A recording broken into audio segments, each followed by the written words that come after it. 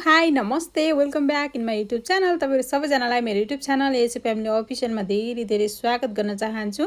आज पनि ब्लगको स्टार्ट सरसफाइबाट नै गरेको छु। मैले मेरो हस्बेन्ड अफिस पनि गइसक्नु भयो, हामी सबैले लन्च पनि गरिसक्यौँ। यो कुना काप्चा यताउताको सबै फोहोर मैलाहरू चाहिँ आज मैले सफा गरेँ। बाबुलाई नुहाइदिँदै पनि छु, सँगसँगै वासिङ मेसिनमा कपडा पनि धुन हालिसकेँ। बाबु चाहिँ एकछिन बाटामा पानी राखेर भित्र छप्लाङ छुप्लुङ पार्दै बाथरुममा खेल्दैछन्। त्यही बेलामा मैले चाहिँ बाबुलाई पनि हेर्दैछु, साथसाथै यता सरसफाइको काम पनि गरिरहेको छु।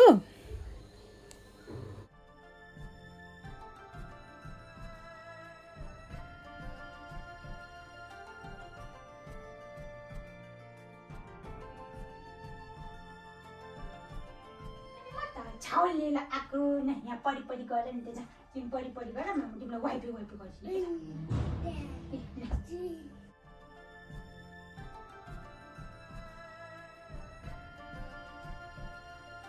बाबुलाई नुहाइदिएँ म चाहिँ। अब बाबु सुतेपछि बल्ल सावर लिन्छु। धेरै पछि चाहिँ आज एकदमै राम्रोसँग घाम लागेको छ, सो कपडाहरू धुनुपर्ने अनि घामको ठाउँमा गर्नुपर्ने घामसँग गर्नुपर्ने कामहरू चाहिँ छिटो छिटो गर्दैछु म। सो पानी पनि आज तातेको थियो, बाबुलाई हिजो नुहाइदिन पाएको थिएन राम्रोसँग। सो आज मैले नुहाइदिएँ।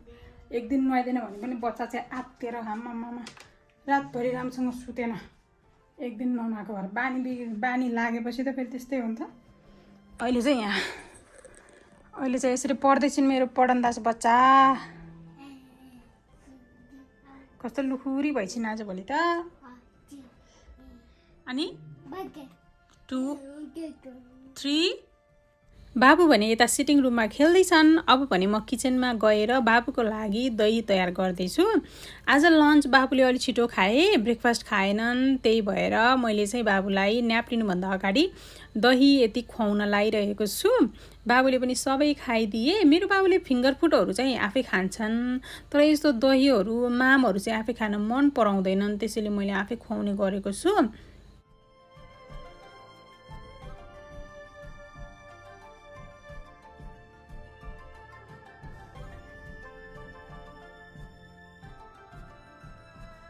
अहिले भने मैले सावर लिएर पनि आइसकेँ। अब कपाल चाहिँ एकछिन बाहिर गएर सुकाउँछु। सधैँ हेयर ड्रायरले सुकाउँदाखेरि पनि हेयर ड्यामेज हुन्छ कि, त्यही भएर यहाँ पिम्पल आएर कत्रो भएको छ। मेरो पिरियड हुने बेला भएपछि यस्तरी आउँछ कि मलाई एउटा दुइटा। मैले नुहाउँदै बाथरुम पनि सफा गरेँ। त्यसो गरेपछि एकैचोटिमा दुईवटा काम हुन्छ कि, एकैचोटि धेरैवटा काम गरिराख्नुपर्छ, नत्र भने एउटा काममा मात्रै समयतिर बस्यो भने त कामै सकेको थिएन कि। त्यही भएर नुहाउँदै बाथरुम पनि सफा गरिहालेँ। मैले बाथरुमको भित्ता सबै मजाले गोटी धोएर पखालेँ। अनि अलिअलि पानी छ, यो चाहिँ आफै सुक्छ एकछिनमा। यतिखेर भने बाबु उठेर बाबुले स्न्याक्स पनि खाइसके। दिउँसै टिभी देखाएको देख्नुभयो होला, किनकि पछाडि हाम्रो इनारमा चाहिँ प्रब्लम आएको थियो, इनारमा राखेको मोटरमा। अनि अस्ति हो कि हिजो हो आएर मोटर लिएर जानुभएको थियो बनाउनको लागि। आज फेरि फिट गर्न मान्छे आउनु भएको छ। अनि पछाडि चाहिँ फेरि अर्कै ठाउँबाट जाने ठाउँ छैन, हाम्रो भित्रबाटै जानुपर्छ कि। त्यसो गर्दा अगाडिको पनि पछाडिको पनि ढोका खुल्लै हुन्छ। अनि बाबु चाहिँ मान्छे देखेपछि बच्चाहरू कस्तो गर्छन् तपाईँहरूलाई थाहा छ नि त, ढोकातिर जाने बाहिर निस्किन खोज्ने गर्छन्। अनि एकदम डर हुन्छ, लड्ने सम्भावना हुन्छ नि त। एउटै समतल भाग छैन, त्यही भएर चाहिँ मैले बाबुलाई टिभी देखाएर एकछिन थामेर राखेको। त्यतिन्जेल मैले पनि कुसनमा कभरहरू पिलोकेसहरू सबै राखेर मेरो काम पनि सक्दैछु।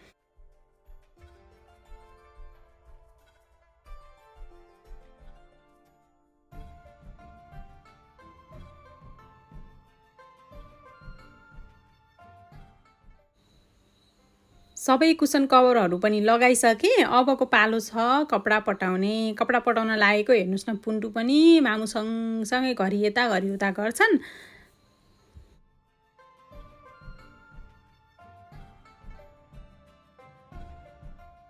तपाईँहरूमध्ये धेरैजनालाई त थाहा छ मेरो बाबुको कपाल लामो भइसकेको छ। त्यसैले गर्मी महिना भएको कारणले चाहिँ मैले मेरो बाबुको कपाल बानी दिने गर्छु, सर्लक्क माथि हुने गरेर। फेरि अब वाक जाने पनि बेला भयो, त्यही भएर मैले बाबुलाई हल्का स्टाइल दिने तरिकाले चाहिँ कपाल बानी दिएको छु। ल हेर्नुहोस् त कति राम्रो देखिएको छ। बाबु र म वाक गएर आयौँ। धेरै नै हिँड्यो आज चाहिँ बाबु र म। वेदर पनि एकदमै राम्रो भएको छ। पानी पर्नु आँटेको, तर पानी चाहिँ परिसकेको छैन। हावा पनि शीतलो लागिरहेछ। अनि बाबुलाई मजाले ओडोमस लगाइदिएँ मस्किटोले नटोकोस् भनेर। त्यहाँपछिबाट बाबुलाई मजाले हातले समाउँदै घुम्दै घुम्दै घुम्दै घुम्दै गएको एकदम रमाइलो। बाबुले पनि एकदम इन्जोय गर्छन् कि बाटोमा कुकुर कुखुरा बुङ्गुर गाई के देखिन्छ नि त सबै। त्यो सबै कुराहरू देखाएर ऊ एकदमै रमाउँछ खुसी हुन्छ। अनि अब चाहिँ बाबुलाई म दुध खुवाउँछु, दुध खुवाउने बेला भयो। सो आज दिउँसो दुध खाएको छैनन् बाबुले, यो चाहिँ सेकेन्ड कप हुन्छ बाबुको, त्यही भएर चाहिँ दुधलाई मैले वार्म गर्न राखेको छु। अब भने म मेरो पुन्टी राजालाई दुध खुवाउँछु। हेर्नु मिल्क टाइम, अब मिल्क ड्रिङ्क गर्न हस्बेन्ड पनि आउनुभयो। अनि हामीले त डिनर पनि गरिसक्यौँ, कोदोको रोटी अनि बिहानको तरकारी थियो आलु र पोडीको एकदमै मिठो, अनि मुलाको अचार, अनि चिया पनि बनाएर खाजा पनि भयो, डिनर पनि भयो एकैचोटि आजभोलि त। अनि बुढाबुढी सँगै खान पनि पाइयो। अनि मेरो पुन्टुको पापालाई कस्तो भयो त डिनर मिठो भयो। अनि मेरो पुन्टुको पापाले चाहिँ आफ्नो ड्युटी स्याहार्नु भइसक्यो। हाम्रो घरमा चाहिँ कामको चाहिँ बाँडफाँड छ कि, बेलुका चाहिँ भाँडा माझ्ने काम चाहिँ मेरो हस्बेन्डको हो।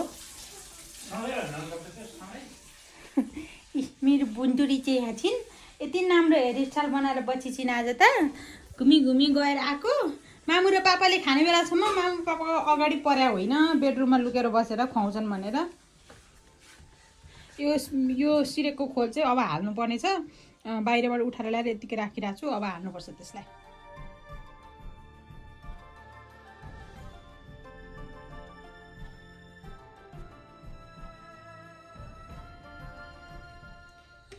बाबुको लागि डिनरमा चाहिँ मैले खिर बनाउँदैछु। बिहानको माम अलिकति रहेको थियो, त्यही माममा चाहिँ मसिनो गरेर पिसेको ड्राई फ्रुट्स पाउडर, थोरै घिउ, दुध राखेर मजाले अब एकछिन यसलाई पाक्न दिने। अनि त्यसपछिबाट लप्क परेको खिर बच्चाको लागि रेडी भइहाल्यो। बाबुको लागि खिर रेडी भयो। ल त कस्तो राम्रो लपक्क परेको, एकैछिनमा सानो चुलोमा राखेर पकाएको कि, सानो चुलोमा चाहिँ प्रेसर कुकर राम्रोसँग अडिँदैन।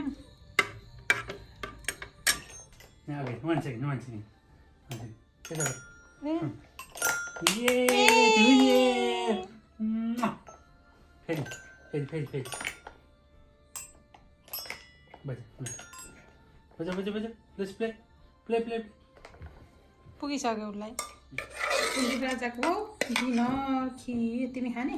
हेर त कति पक्क परेको छ, के गर्नु र। तिम्रो त फेभरेट हो नि त, खाऊ नि त। यति सबै त खाँदैन होला नि बाबुले।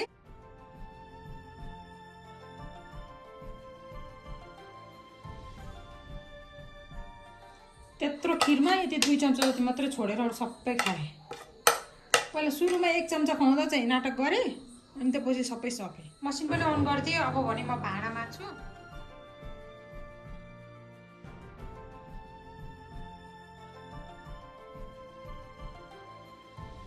किचनको काम फिनिस। सो गाइज अहिले चाहिँ किचनको काम पनि सबै सक्यो। अनि आजको भ्लग चाहिँ एकदमै छोटो छ, तर आज चाहिँ तपाईँहरूमध्ये कतिजनाले चाहिँ इन्डियन भ्लगर छ नि, जुन चाहिँ लिभ लाइफ विथ मी प्रीति, अङ्कुश अङ्गोत्री अनि चाहे कि दिवानी प्रियङ्का यो हेर्ने गर्नुभएको छ, कमेन्ट गर्नु होला। आज चाहिँ मलाई लास्टमा अलिकति म चाहिँ हेर्छु कि, धेरै पहिलादेखि जबदेखि यिनीहरूले युट्युब च्यानल खोले तहिलेदेखिबाट म हेरिरहेको छु होइन। प्रीतिको पहिलाको घटनाहरूदेखि लिएर अहिले पछि त बिहे भइसकेपछिको बच्चाको, अनि त्यसको हस्बेन्डले गरेका, सासूले गरेको सबै कुराहरू हेरिरहेको छु कि। अनि कस्तो भेडा बाख्रा जस्तो लाग्यो कि कोही कोही मान्छेहरू त कमेन्ट गर्ने तल के, एउटा एकदमै सफोकेटेड टाइपको छ क्या तिनीहरूको घरको इन्भाइरोमेन्टै होइन।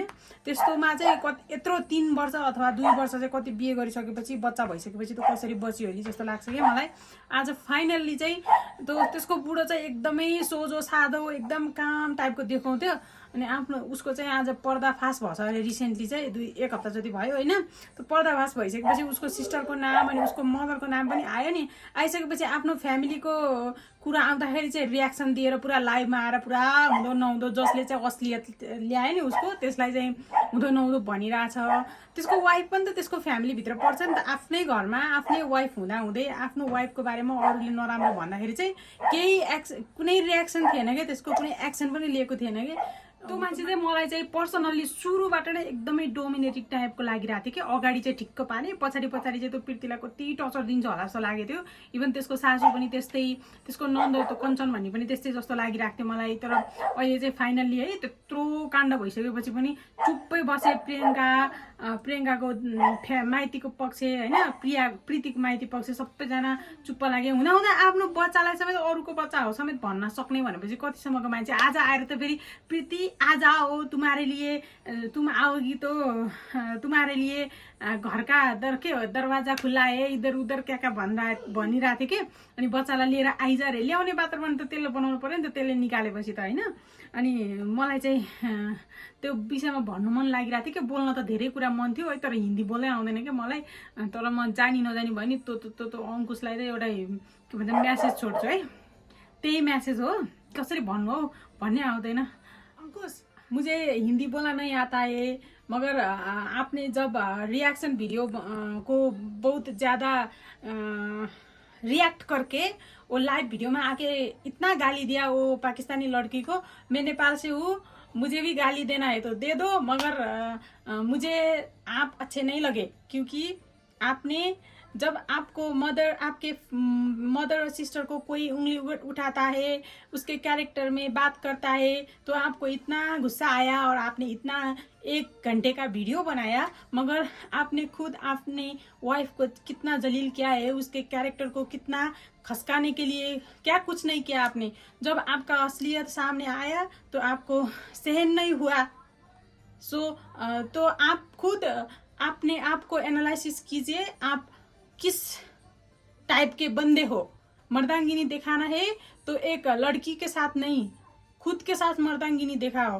क्योंकि आपके सोच नहीं बहुत छोटा है इतना ही बोलना चाहती हूँ और प्रीति को बोलना चाहती हूँ स्टे स्ट्रॉन्ग ऐसे हस्बैंड के साथ रह के आपने आपको बच्चे को पालना से बेहतर आप अकेले रहो जितना छोटा बड़ा काम होता है करो खुश रहो और डेली ब्लॉग देते रहो हम भी देखेंगे इन्जॉय करेंगे best of lock thank you तो गाइज मलाई चाहिँ एकदमै मनभित्र एकदमै उ भइरहेको थियो कि अस्ति नैबाट अनि त्यो मान्छेहरू चाहिँ यस्तो भेडा राख्छा हुँदो रहेछ क्या यो कोही मान्छेहरू चाहिँ त्यहाँ तल प्रीति आपके घर जाओ बच्चे लेके घर जाओ अंकुश के घर त्यस्तो लोग्नेसँग चाहिँ को बस्न सक्छ होला हौ त्यस्तो सासू तिनीहरूको घरै यस्तो जेल जस्तो फिल हुन्छ कि म हेर्ने मान्छेलाई बस्ने मान्छेलाई कस्तो हुन्छ होला बेडरुममा एउटा झ्याल पनि छैन घरको इन्टेरियरदेखि लिएर सबै कुरा बिहे गरिसकेपछि प्रीतिले गरेको होइन फेरि माथि घरबेटी दिदीको प्रीति होइन कि अर्कै प्रीति हाम्रो घरमा घर हाउस ओनर दिदीको छोरीको नाम नि प्रीति हो कि अर्कै प्रीति भने है फेरि गरेको होइन त्यत्रो खर्च गरेको छ